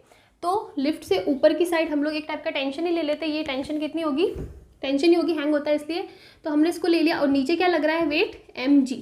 तो आप देखो लिफ्ट ऊपर की डायरेक्शन में जा रही है तो W - mg होगा, कितना होगा ma। तो ये जो वेट होगा ना वो कितना होगा mg + ma। तो ये ज़्यादा है ना, बिकॉज हमारा एक्चुअल वेट तो कितना है सिर्फ mg है, mg से प्लस में आ रहा है ma, मतलब ये हमको ज़्यादा एक्स्ट्रा वाला पार्ट है, ज़्यादा फील हो रहा है। इसी वजह से हम जब लिफ्ट में ऊपर की डायरेक्शन में जाते हैं ना, ऊपर लिफ्ट जाती है, तब हमको थोड़ा सा हैवी फील होता है। अब ये वाला केस ले लो, यहाँ पे ले लो W, तो इसमें क्या होगा, ये हो जाएगा mg, तो ये हो जाएगा लिफ्ट नीचे की साइड आ रही है तो होगा mg - W = ma। तो यहाँ पे W निकालो, क्या आएगा mg - ma। तो यहाँ पे हमारा रियल वेट तो mg है, रियल वेट के अंदर से भी कुछ माइनस हो रहा है, इसका मतलब हमारा जो वर्चुअल वेट है वो कम है। इसकी वजह से हम लोग जब नीचे वाले फ्लोर पे आते हैं ना लिफ्ट पे, तो हमको थोड़ा सा लाइट फील होता है। तो ये आपको याद होना चाहिए, इस पर क्वेश्चंस भी आते हैं कि जब लिफ्ट आप नॉर्मल, अगर आपको ये चीज़ याद नहीं है, आप इस टाइप के क्वेश्चन को तो नॉर्मल इमेजिनेशन से भी कर सकते हैं कि जब हम लिफ्ट में ऊपर जाते हैं तो हमको थोड़ा हैवी फील होता है, लिफ्ट से नीचे आते हैं तो एकदम से लाइट फील होता है। तो इसका मतलब mg प्लस एम है, mg माइनस एम है, और रेस्ट पे है तब सेम सिचुएशन होगी, जो रियल वेट है वही वर्चुअल वेट होगा।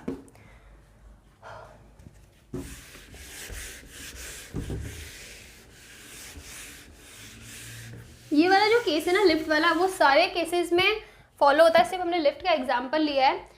कोई भी ऐसी सिस्टम होता है ना, जब हमने टी वाला भी लिया था स्ट्रिंग से, तो उसमें भी सेम चीज़ थी कि जब एक्सीलरेशन ऊपर की साइड होता है तब टेंशन ज़्यादा होती है, एक्सीलरेशन नीचे की साइड होता है तब टेंशन कम होती है। तो वो सब जगह वैलिड होगा।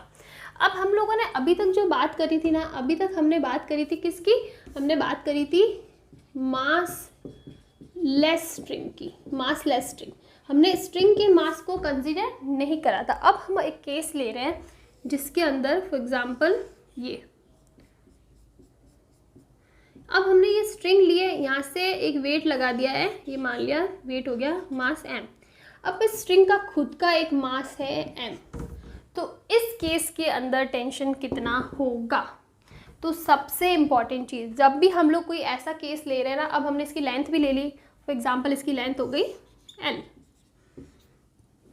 तो जब हम लोग नॉर्मल स्ट्रिंग की बात कर रहे थे ना, जिसका कोई मास नहीं होता था, तो उसके हर पॉइंट पे टेंशन सेम होती थी, हर पॉइंट पे टेंशन सेम होती थी। चाहे अगर ये एक ही सिस्टम है, ठीक है, यहाँ पे हमने मास लगा दिया, तो इस पूरे सिस्टम के अंदर टेंशन सेम ही होती थी, टी टी टी, चाहे किसी भी पॉइंट पे ले लो, टेंशन सेम रहती थी। लेकिन इसके अपोजिट अगर हम लोग स्ट्रिंग का मास लेते, मैसिव स्ट्रिंग लेते, हमने मासलेस स्ट्रिंग ली थी। अब हम लोग क्या ले रहे हैं, मैसिव स्ट्रिंग। मैसिव स्ट्रिंग का मतलब क्या है, स्ट्रिंग के पास क्या है, वेट है, स्ट्रिंग के पास वेट है, स्ट्रिंग के पास अपना खुद का मास है। तो इस केस में हर एक पॉइंट पे टेंशन सेम नहीं होगा। सबसे इंपॉर्टेंट चीज, tension will be different on different points. Tension will be different on different points, different point पे जो टेंशन होगा वो अलग होगा। ऐसा क्यों, देखो इसको समझने का सबसे अच्छा एग्जांपल क्या है, आप किसी गार्डन वगैरह में जाते हो, या फिर आपकी जो स्कूल वगैरह होगी उसमें भी जो प्लेग्राउंड वगैरह होता है, उसमें एक ऐसा होता है जिसमें आप अपने आप को हैंग करते हो, एक्सरसाइज करने के लिए, बॉडी को पुल करने के लिए होता है। तो जब आप उसमें अपने आप को हैंग करते हो, इमेजिन करो आप जब हैंग करते हो ना, तो आपको सबसे ज़्यादा जो फोर्स है, सबसे ज़्यादा जो स्ट्रेस है, वो कहाँ फील होता है, हाथों में फील होता है ना। क्या आपके पैरों में भी आपको उतना ही स्ट्रेस या उतना ही टेंशन फील होता है। आप अपने आप को एक मैसिव स्ट्रिंग कंसीडर कर लो कि एक मैसिव स्ट्रिंग, और आपका मास तो होता है, आप मासलेस तो नहीं हो, आपका मास होगा, कम ज़्यादा कितना भी हो लेकिन होगा। आपने हैंग किया, ठीक है, अब आप देखो, आप हाथों पे आपको बहुत ज़्यादा स्ट्रेस फील होता है, आपको बहुत ज़्यादा स्ट्रेस लगता है उधर। द रीज़न इज़ वहाँ पे टेंशन सबसे ज़्यादा होता है। जैसे जैसे अपन लोअर बॉडी की साइड जाते हैं, कमर पे भी थोड़ा सा फील होता है, बैक पे थोड़ा सा स्ट्रेस फील होता है, लेकिन इतना नहीं होता है जितना हाथ पे होता है। जैसे जैसे नीचे जाते हैं, पैरों पे आपको बहुत कम फील होता है। तो उससे ये पता पड़ता है कि सबसे ज़्यादा स्ट्रेस होता है अपर साइड में, टेंशन। तो ये लिख सकते हैं, tension will be more on upper side. Upper side पे टेंशन ज़्यादा होगा। अब हमको पूछा है कि हमको किसी पॉइंट x, ये हमने ले लिया, पॉइंट p ले लो, और इसकी डिस्टेंस यहाँ से कितनी है, x है। हमको इस पॉइंट पे इतनी जगह पे टेंशन निकालना है, तो कि टेंशन कितना होगा। तो हम लोग इस पॉइंट को अलग से ले लेते हैं। ये हो गया, इसकी लेंथ कितनी हो गई, x, और यहाँ पे हमको वेट कितना लगेगा वो निकालना, और टेंशन निकालने की इसके अंदर टेंशन कितनी होगी। तो आप देखो, m मास की स्ट्रिंग का लेंथ है, l लेंथ की स्ट्रिंग का मास कितना है, m। अगर मैं इसकी 1 मान लूँ, 1 लेंथ हो गई, तो इसका मास कितना होगा, m/l होगा। और अगर मुझे x लेंथ, मेरे पास ये x लेंथ है ना, तो इस x लेंथ के लिए मुझे मास निकालना, तो कितना होगा, m/l × x। ये तो नॉर्मल मैथ्स में आप पढ़ते हो ना। अगर l लेंथ है पूरी की पूरी तो उसका मास कितना m, अगर इसकी जगह 1 होता तो m अपॉन l और x होता तो m upon l into x. तो ये क्या हो गया, ये इसका मास हो गया। तो इस पर जो वेट होगा ना w, वो क्या होगा, मास इंटू g होता है, तो ये कितना हो जाएगा m upon l into x g होगा। तो अगर मुझे यहाँ पे टेंशन निकालना है, टेंशन ऊपर की साइड में ऐसे होगा टेंशन, तो यहाँ पे टेंशन क्या होगा, T equals to m upon L x G, because हम लोग यहाँ पे एक्सेलरेशन की बात नहीं कर रहे हैं। तो टेंशन किसके बराबर होगा, इस वेट के बराबर होगा। तो tension equals to m upon L x g. अगर आपको मैसिव स्ट्रिंग का केस आता है ना, तब आपको कुछ इस टाइप से सॉल्व करना है। इसके ऊपर भी एक दो न्यूमेरिकल्स है एडवांस में, वो मैं कराऊंगी, तो आपको ये इस टाइप से करना है, ठीक है।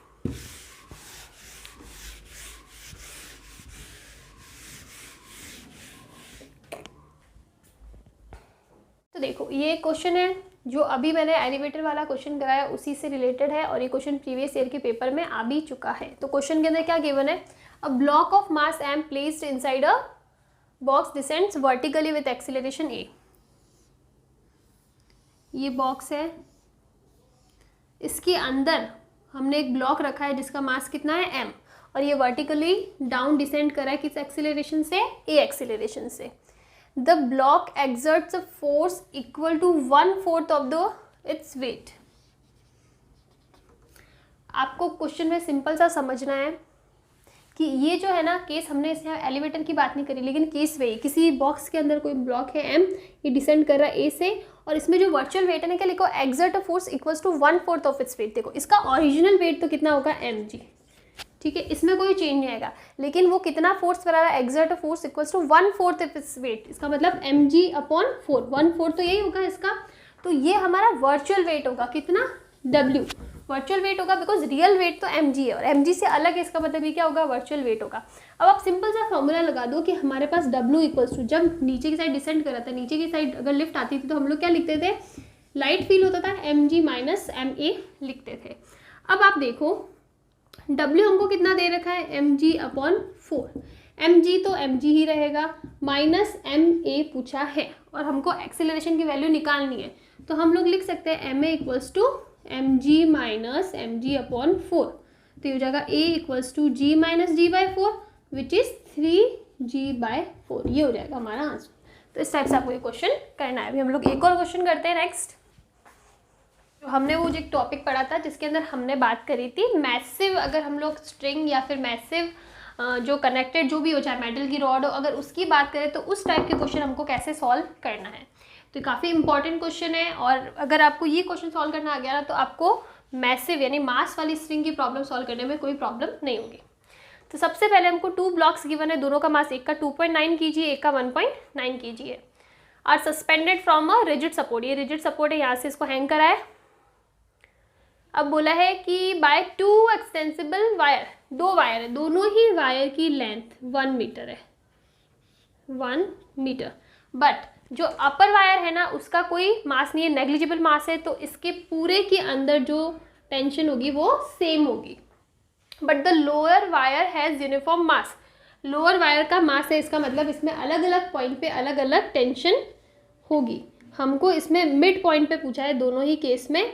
और जो सेकंड वायर है ना इसके लिए हमको क्या दे रखा है, यूनिफॉर्म मास। ये यूनिफॉर्म मास क्या होता है, जब मैंने आपको बताया था कि जब हम लोग मास की बात करेंगे और वहाँ पे कहीं पे निकालना होगा तो हम लोग क्या लिखते थे, m upon l into x g. तो ये जो वैल्यू है ना इसके अंदर हमको दे रखा है m अपॉन एल एक्स, इसकी वैल्यू हमको गिवन है, वो कितनी है, 0.2 kg अपॉन metre, 0.2 sorry m upon L की वैल्यू अपॉन गिवन है।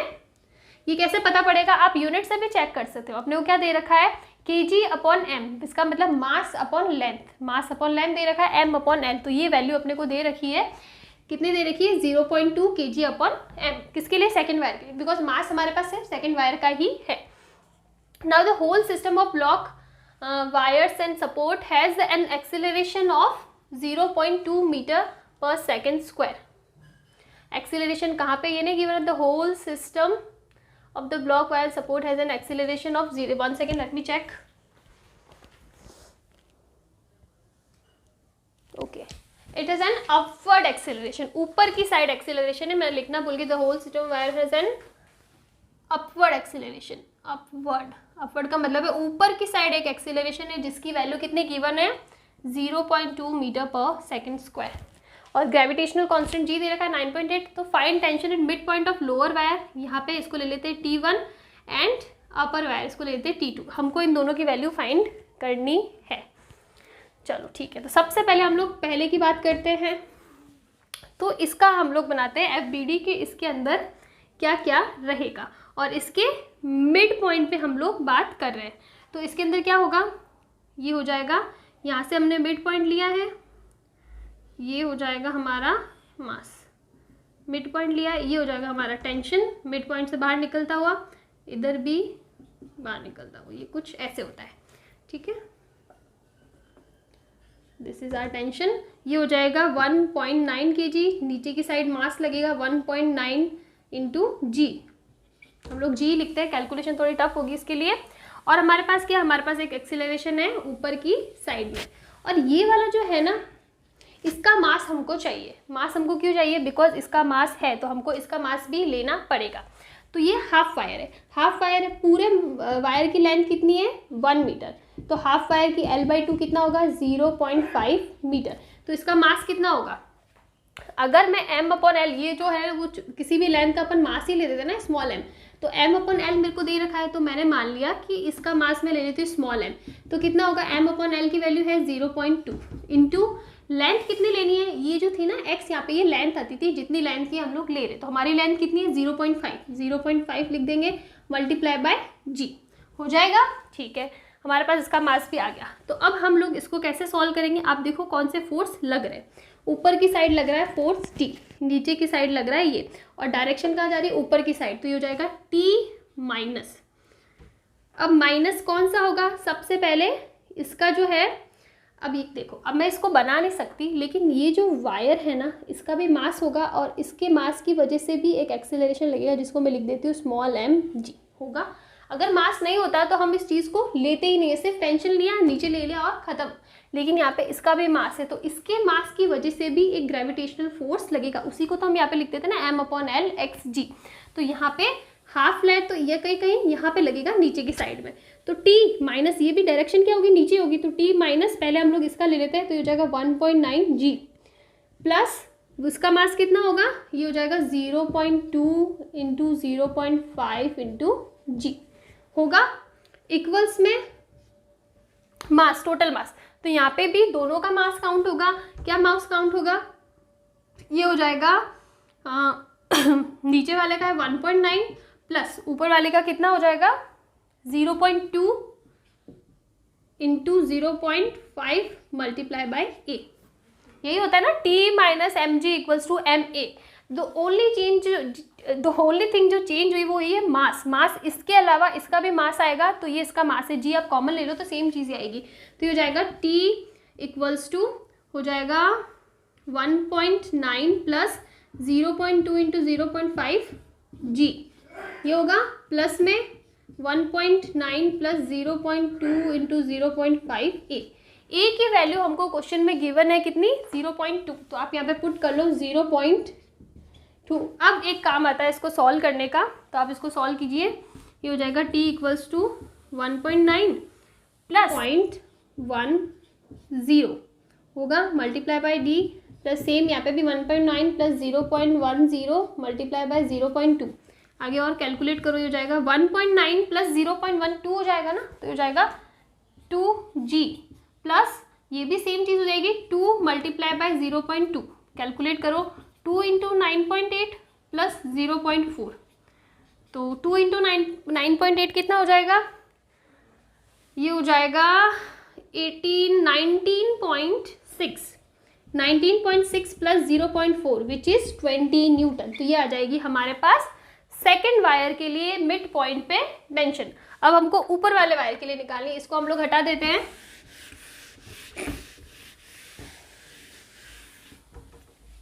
अब दूसरा केस, हम इसका फ्री बॉडी लेते हैं, हमने ले लिया मास 2.9, ऊपर की साइड टेंशन T, ये हमको निकालना है, और नीचे की साइड टेंशन क्या लग रहा है T1, ठीक है, इसकी वैल्यू हमने निकाल दी ऑलरेडी।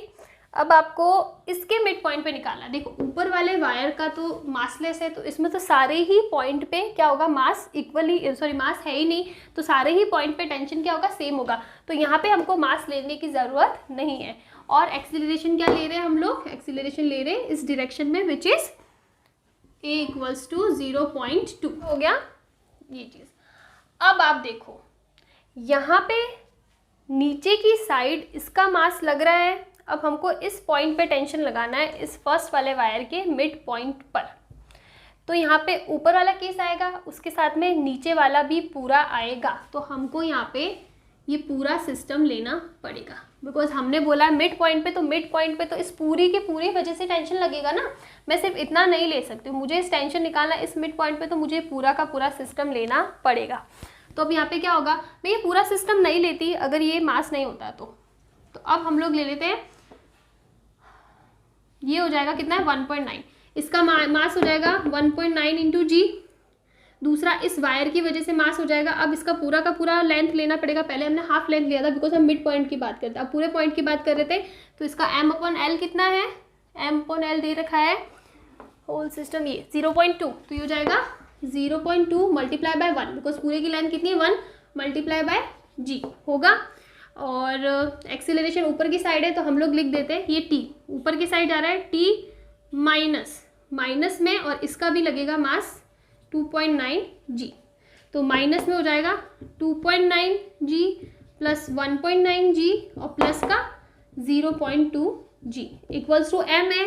m में भी तीनों का मास लेना है, तीनों का मास कितना होगा 2.9 plus 1.9 plus 0.2 multiply by a होगा। अब देखो t इक्वल्स टू हो जाएगा 2.9 जी प्लस 1.9 जी प्लस 0.2, कितना होगा 2.9 प्लस 1.9 हो जाएगा 3.9 4.8 और 0.2 हो जाएगा 5, तो ये हो जाएगा 5g प्लस का ये भी सेम हो जाएगा 5a, और a की वैल्यू हमको गिवन है कितनी 0.2, तो हम लोग इसको लिख देते हैं इंटू 0.2। तो t equals to 5g, 5 into 9.8 plus 5 into 0.2 कितना हो जाएगा 1 हो जाएगा। तो आप देखो ये कितना हो रहा है 9.8 इंटू 5 कितना होगा, हो जाएगा t इक्वल्स टू 49 प्लस 1, तो t इक्वल्स टू 50 न्यूटन। तो इस टाइप से आपको ये सॉल्व करना है। टेंशन कंप्लीट कर लिया है, उस पर जितने भी न्यूमेरिकल्स बनते हैं वो भी मैंने ट्राई करा है कि करवा सकूँ। उसके अलावा और भी अगर आपके पास कोई DPP है, प्रीवियस ईयर की पेपर का सॉल्यूशन वाली बुक है, तो उसमें भी आप चेक कर सकते हो। तो अभी हम लोग नेक्स्ट पढ़ते हैं। नेक्स्ट टाइप का फोर्स है normal reaction force. Normal reaction force, ये क्या होता है normal reaction force? It is a type of contact force. Contact force का मतलब है कि ये फोर्स तभी लगता है जब ये किसी के कांटेक्ट में है। अगर मैंने एक ले लिया बॉक्स हवा में लटक रहा है, कहीं पे कोई कांटेक्ट नहीं है, तो इस पर mg लगता है ना, वो कांटेक्ट फोर्स नहीं होगा, सॉरी वो ये नॉर्मल फोर्स नहीं होगा। नॉर्मल फोर्स रखने के लिए हमारे पास ये कहीं ना कहीं से कांटेक्ट में होना चाहिए, किसी सरफेस के चाहे किसी दूसरे ऑब्जेक्ट के।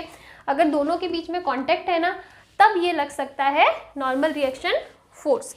दूसरी चीज़ क्या आती है, ये कांटेक्ट फोर्स है पहला पॉइंट। दूसरा point it is a pushing force. जो टेंशन था ना वो पुलिंग फोर्स था, ये पुशिंग फोर्स। इसका मतलब क्या है पुशिंग फोर्स का मतलब? देखो ये एक टेबल है, मैंने टेबल ले लिया, ठीक है। टेबल के ऊपर हमने एक बुक रख दी, बुक के ऊपर एक mg फोर्स लगेगा अगर बुक का मास mg होगा तो। लेकिन क्या ये बुक टेबल के अंदर घुस जाती है, इसका मास mg होगा? नहीं घुसेगी ना। द रीज़न इज़ कि ये टेबल भी इस ब्लॉक के ऊपर एक फोर्स लगाता है और वो बैलेंस करता है। तो मेरा कहने का मतलब ये है कि जब भी कोई दो ब्लॉक या दो सरफेस एक दूसरे के ऊपर है ना, तो वो एक दूसरे में मर्ज होने की ट्राई करते हैं, एक दूसरे के अंदर ही पूरा आने की ट्राई करते हैं। तो इसकी वजह से वो दोनों एक दूसरे के ऊपर एक पुशिंग फोर्स लगाते हैं, एक दूसरे के पुश करते हैं ताकि वो मर्ज ना हो, वो एक दूसरे के अंदर इकट्ठे ना हो जाए। तो वो जो फोर्स होता है ना, वो होता है क्या? Normal force. इसीलिए हम इसको क्या बोलते हैं? Pushing force. तीसरा पॉइंट है it is always perpendicular to the surface. जिस भी सरफेस की हम बात कर रहे हैं ना नॉर्मल, वो हमेशा परपेंडिकुलर डायरेक्शन में होगा। जैसे कि मैंने एक ब्लॉक ले लिया, ये सरफेस ले लिया, तो इस पे नॉर्मल फोर्स हमेशा ऐसे परपेंडिकुलर होगा। अगर मैं बात कर रही हूँ सरफेस किस पे लगाएगा तो ऐसे होगा, और बुक सरफेस पे कैसे लगाएगी तो इसकी डायरेक्शन ऐसी होगी, लेकिन परपेंडिकुलर ही होगा। ये ऐसे नहीं हो सकता, ऐसे नहीं हो सकता, कैसे भी नहीं हो सकता, सिर्फ और सिर्फ परपेंडिकुलर होगा। अब ये फोर्स कैसे लगता है, देखो सबसे पहले हम लोग एक केस लेते हैं कि जो नॉर्मल केस है कि ये हमारा सरफेस है, टेबल ले लो आप, ये हमारा टेबल है, इसके ऊपर कोई भी एक ब्लॉक, मास कुछ भी पड़ा है, तो अब इस पे नॉर्मल फोर्स कैसे लगेगा। ये बुक इस टेबल पे एक नॉर्मल फोर्स लगाएगी जिसकी डायरेक्शन होगी कुछ ऐसे। उसी टाइप से ये जो टेबल है ना, इस ब्लॉक पे एक नॉर्मल फोर्स लगाएगी कुछ ऐसे। इन दोनों ही की वैल्यू सेम होगी। The reason is the value same इसलिए होगी बिकॉज एक दूसरे के अंदर मर्ज नहीं हो रहे ना, इनका वैल्यू इक्वल है, इसलिए एक दूसरे को बैलेंस कर रहे हैं, तो इसकी वैल्यू सेम होगी। ठीक है, तो इस टाइप से आपको ये निकालना है। अब हमने ले लिया कि ये कॉन्टैक्ट फोर्स होता है। फॉर एग्जाम्पल हम लोग लेते हैं, नहीं थोड़ा अच्छे से बनाते हैं,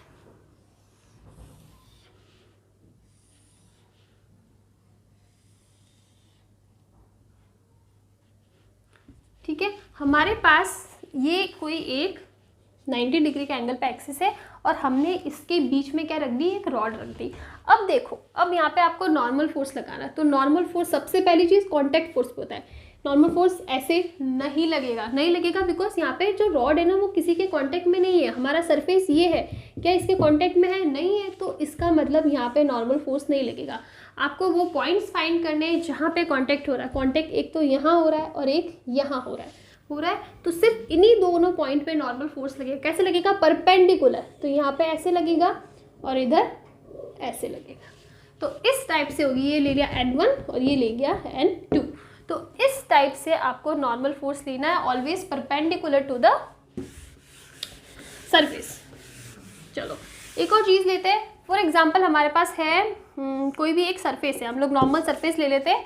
ये हमने सरफेस ले लिया, इसके ऊपर हमारे पास एक ब्लॉक है M1 और एक ब्लॉक है M2, हो गया। अब हम लोग क्या कर रहे हैं, हमने लगाया नहीं, हम चलो कोई फोर्स नहीं लगाते। अब यहाँ पे आपको नॉर्मल फोर्सेस दिखाने, तो कैसा होगा, सबसे पहले अगर मैं बात करूँ M2 की, ठीक है, मैंने बात करी M2 की, तो इस पे कौन सा फोर्स होगा, एक तो फोर्स होगा M2G, ठीक है। M2 M1 पे, सॉरी ये M1 है ना, M1 M2 पे एक फोर्स लगाएगा, लेकिन मैंने आपको बताया था कि जब भी हम लोग FBD की बात करेंगे ना, तो उसमें आपको सिर्फ वही फोर्सेस शो करने हैं जो उस पर लगते हैं। वो किसी पे क्या लगा रहा है वो हमको नहीं दिखाना है। तो ये M2 पे क्या लगाता है उससे हमको मतलब नहीं, लेकिन हाँ M2 भी M1 पे एक फोर्स लगाएगा, नॉर्मल फोर्स, तो उसकी डायरेक्शन होगी ऐसे लगाएगा। तो M2 M1 पे एक फोर्स लगाएगा नॉर्मल, तो ये हो जाएगा N। और कौन सा फोर्स लगेगा, इसके अलावा इसके ऊपर कोई फोर्स, हाँ एक ये जो सरफेस है ना, ये सरफेस भी इस M1 पे, बिकॉज ये M1 और सरफेस का कांटेक्ट है। सरफेस M2 पे फोर्स नहीं लगेगा बिकॉज सरफेस कांटेक्ट में किसमें, ये कांटेक्ट फोर्स है, और ये सिर्फ M1 के कांटेक्ट में, तो M1 इस पे एक फोर्स लगेगा विच इज N1 होगा। और इसकी जगह अगर मैं बात करूँ M2 की, तो M2 पे एक फोर्स लगेगा M2G लगेगा। दूसरा फोर्स क्या होगा, जो M1 M2 पे लगाएगा, normal reaction force which is N होगा। ये दोनों फोर्स सेम ही होगी जो एक दूसरे के ऊपर लगा रहे, सरफेस अलग लगाएगा वो अलग चीज़ है। तो अब यहाँ पे आप देखो, यहाँ से आप लिख सकते हो N equals to M2G, because N और M इस दोनों के अलावा यहाँ पे कोई और फोर्स नहीं है। और यहाँ पे क्या होगा, यहाँ पे आप देखो तो यहाँ पे नीचे N1 जो है ना वो किसके बराबर होगा, N प्लस M1G, और N1 की वैल्यू, N की वैल्यू मैं यहाँ से निकाल सकती हूँ, क्या हो जाएगा M2G प्लस M1G। N और M2G M1G दोनों सेम डायरेक्शन में है तो दोनों ऐड हो जाएंगे, और दूसरी ऑपोजिट डायरेक्शन में क्या है N1। तो इस टाइप से हम इक्वेशन को लिखेंगे और इस इक्वेशन से N की वैल्यू यहाँ पे पुट कर दी, तो इस टाइप से आप ये क्वेश्चन सॉल्व कर सकते हो।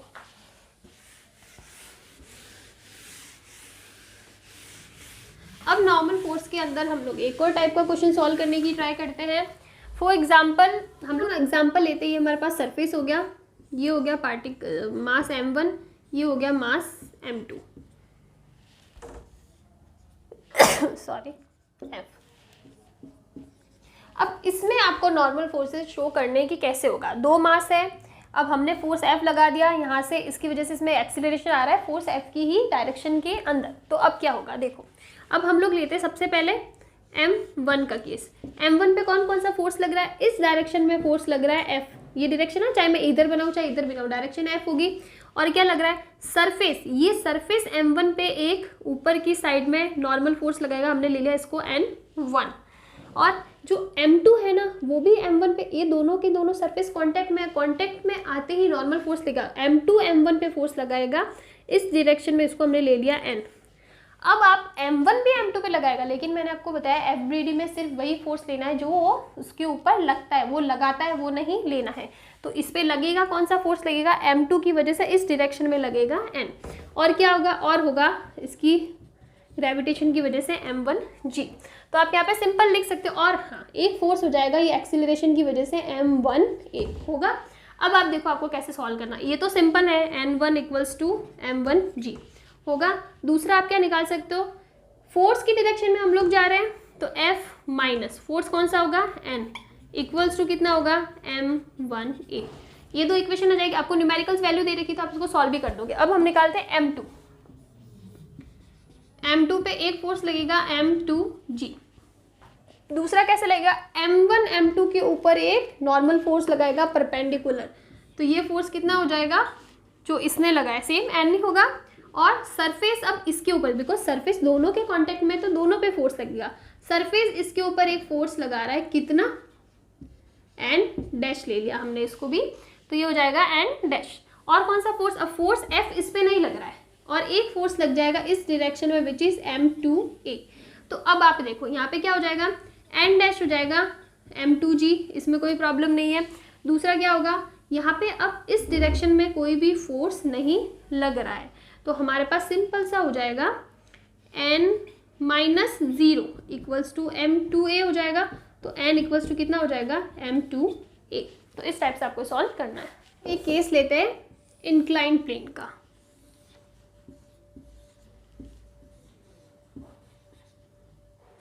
ठीक है, अब इस प्लेन के अंदर हमको फोर्सेस शो करने हैं। तो सबसे पहले देखो ये प्लेन है, इनके बीच का एंगल क्या है, थीटा। ये जो इसके ऊपर सबसे पहले क्या लगेगा, mg, और mg हमेशा डाउनवर्ड डायरेक्शन में ही लगता है। अब आप देखो, एक अगर मैं इसके परपेंडिकुलर बनाऊँ ना, तो ये एंगल भी कितना होगा, थीटा होगा। जो एंगल हॉरिजॉन्टल प्लेन के साथ यानी इस इंक्लाइन प्लेन के साथ बनाता है ना, वही एंगल ये जो वर्टिकल है ना वो किसके साथ बनाता है, परपेंडिकुलर डायरेक्शन में। आपको याद रखना है कि आप ऐसे इसको और भी तरीके से सॉल्व कर सकते हो। तो ये एंगल हो जाएगा थीटा। आप इसको ऐसे भी कर सकते हो कि फॉर एग्जांपल मैं ऐसे ले लेती हूँ, तो ये एंगल कितना हो जाएगा, 90 - थीटा। तो अगर ये ऐसे हो जाएगा ना, तो ये वाला जो एंगल होगा ना, ये वाला, ये भी कितना होगा, 90 - थीटा। और ये कितना परपेंडिकुलर है, तो ये 90 - थीटा होगा, तो ये भी थीटा हो जाएगी। थोड़ा सा कॉम्प्लिकेटेड तरीका हो जाएगा। आपको सिंपल सा याद रखना है कि जो एंगल ये जो इंक्लाइन प्लेन में बनता है ना, वही एंगल किस में बनता है, वर्टिकल में। ये वर्टिकल हो गया इसके अंदर, और परपेंडिकुलर डायरेक्शन में, तो ये होंगे एंगल थीटा। अब देखो, जैसे ही किसी भी वेक्टर की डायरेक्शन में आपके पास थीटा के आप कंपोनेंट्स ले सकते हो, तो ये कंपोनेंट थीटा की डायरेक्शन में क्या हो जाएगा, mg cos थीटा। और इसके जस्ट परपेंडिकुलर डायरेक्शन में क्या हो जाएगा, आप इधर नहीं ले सकते हो। इधर क्यों नहीं ले सकते, हमारा जो मेन फोर्स है ना, वो मेन कंपोनेंट है, वो बीच में आना चाहिए। अगर मैं इधर लेंगी तो ये mg sin theta cos theta, और mg तो बीच में आ ही नहीं रहा, तो ये इस डायरेक्शन में होगा mg sin थीटा। तो ये हो गया कंपोनेंट। एक फोर्स क्या लगेगा, जो ये सरफेस इस पे लगाएगा नॉर्मल, और ये इसी को इधर भी लगेगा नॉर्मल, n दोनों डायरेक्शन में लगेगा। तो ये हो जाएगा हमारा फोर्स नॉर्मल। और इसके अलावा आप कौन सा फोर्स लगा सकते हो, हाँ, मैंने मान लिया कि ये पूरा का पूरा जो सिस्टम है ना, ये यहाँ पे कहीं से बंधा हुआ है, एक स्ट्रिंग से बंधा हुआ। तो जैसे ही स्ट्रिंग आएगी मेरे पास क्या आ जाएगी, टेंशन भी आएगी। तो ये हो जाएगी मेरी टेंशन T होगा। और हमने ले लिया कि ये इस डायरेक्शन में ट्रैवल कर रहा है, तो ये इधर हो जाएगा इसका एक्सीलरेशन A।